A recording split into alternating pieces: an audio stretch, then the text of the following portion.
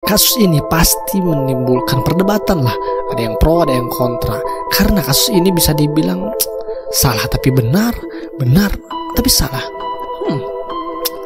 Ini dia kisah atau kasus Gary Plauch atau Jeb Doucet, di mana kasus atau kisah ini menggambarkan seorang ayah yang akan melakukan segala hal demi keluarga, terutama anaknya.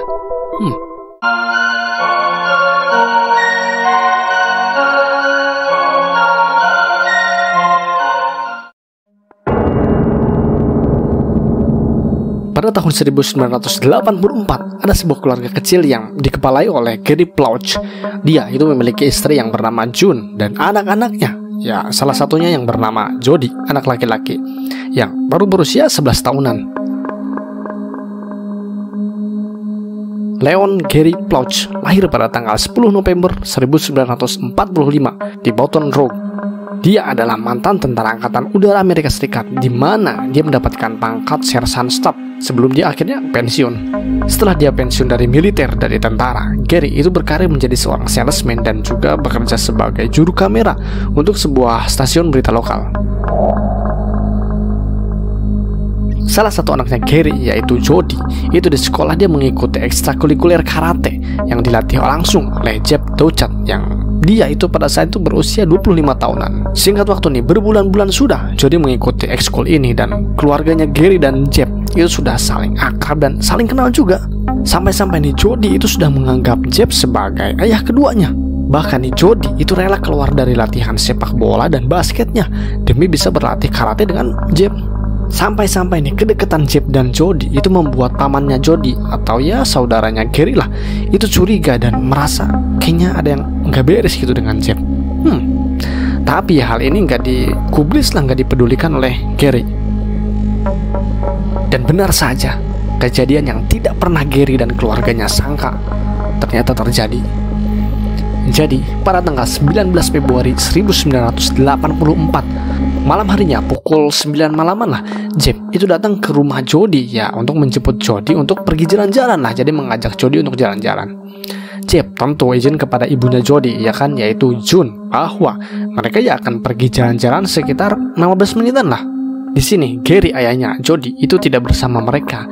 Ya udah nggak tinggal satu rumah lagi lah. Nah, June sebagai ibunya Jody itu memperbolehkan Jeb membawa Jody malam-malam keluar.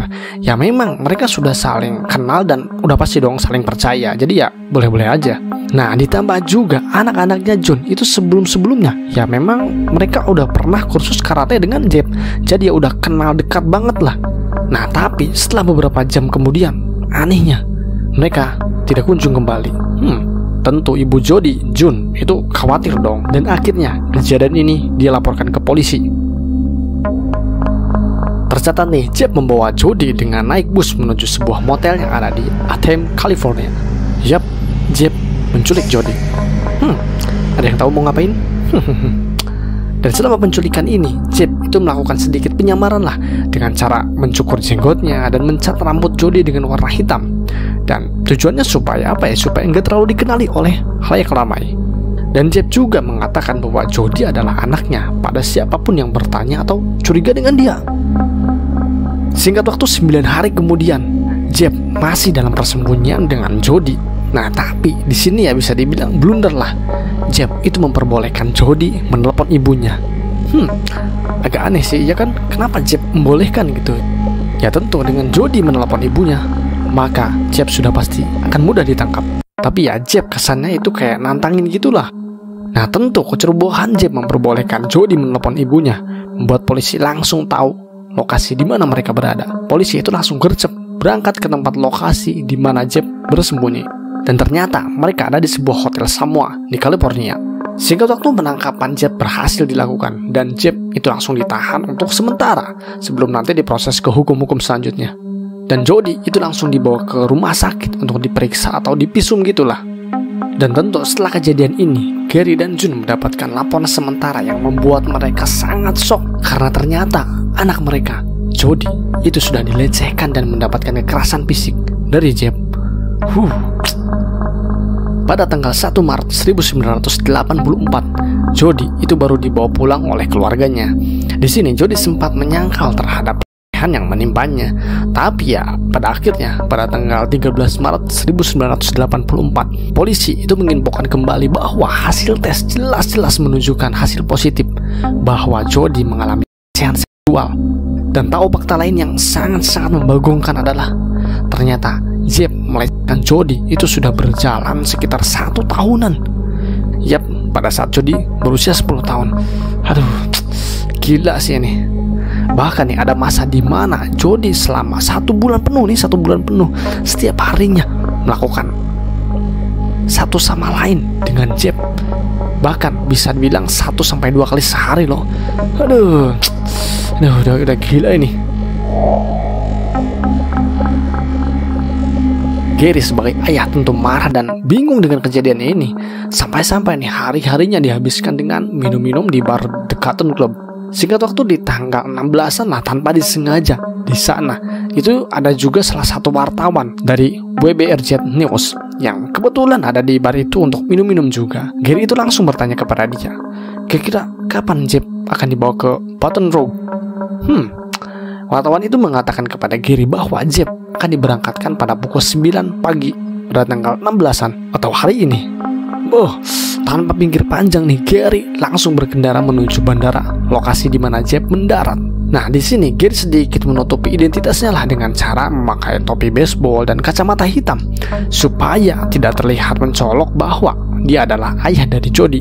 Tentu di sini para wartawan sudah menyiapkan kamera mereka untuk merekam karapan polisi yang mengawal Jeb Dauchet keluar dari pesawat. Nah, di sini nih ketika mereka lewat karapan Jeb nih yang dikawal oleh polisi, Gary itu di sana berpura-pura seakan-akan kayak menelepon gitulah. Tapi yang sebenarnya Gary itu mengeluarkan pistol sepatu bootnya dan tanpa ampun menembak kepala Jeb dengan tepat. Dan kejadian ini sangat-sangat jelas terekam jelas di setiap sudut kamera oleh wartawan. Nah, sepersekian detik Gary melakukan ini. Salah satu polisi yang bernama Mike Burnett, ya kebetulan dia itu teman Gary sekaligus tetangga Gary juga yang ikut mengawal Jeb di tempat itu. Itu langsung meringkus Gary. Mike di sini bertanya kepada Gary, "Kenapa Gary? Kenapa Gary? Kenapa kamu melakukan ini?"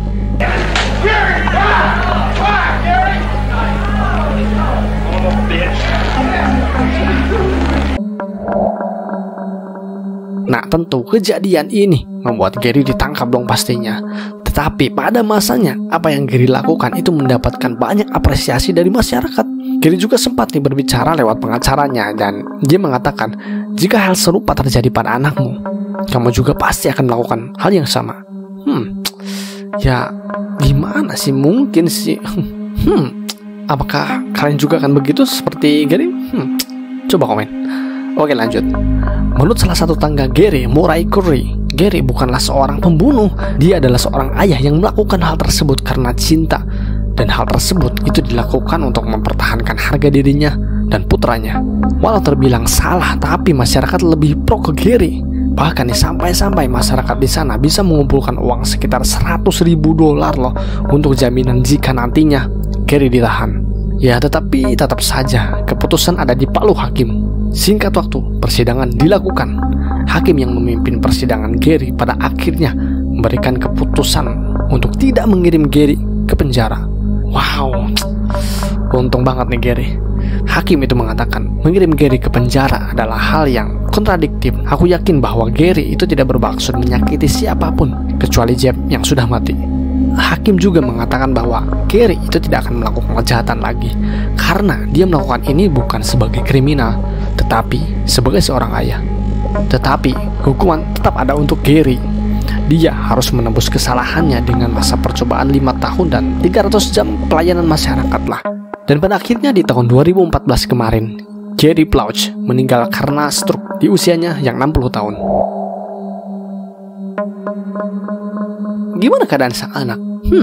Jody sampai video ini dibuat, Jody masih hidup dan bahkan di tahun 2019-an, Jody menulis buku yang berjudul Why Gary? Why? Intinya di dalam buku ini ya Jody merasa sangat disayangkan Gary ayahnya itu melakukan ini semua. Kenapa dia terkesan kayak enggak membela ayahnya ya? Gimana menurut kalian? Apakah yang dilakukan Gary salah atau benar? Apakah layak Gary disebut pahlawan karena telah mengurangi pedofil? Dan taruhlah ini terjadi padamu. Ya amit-amit sih, tapi taruhlah ini kejadian padamu. Apa yang akan kamu lakukan? Apakah seperti Gary? Atau mungkin punya opsi lain? Silahkan komen. Thanks dan nontonlah. Semoga kalian sehat selalu dan rezeki lancar. Oke, alright, bye.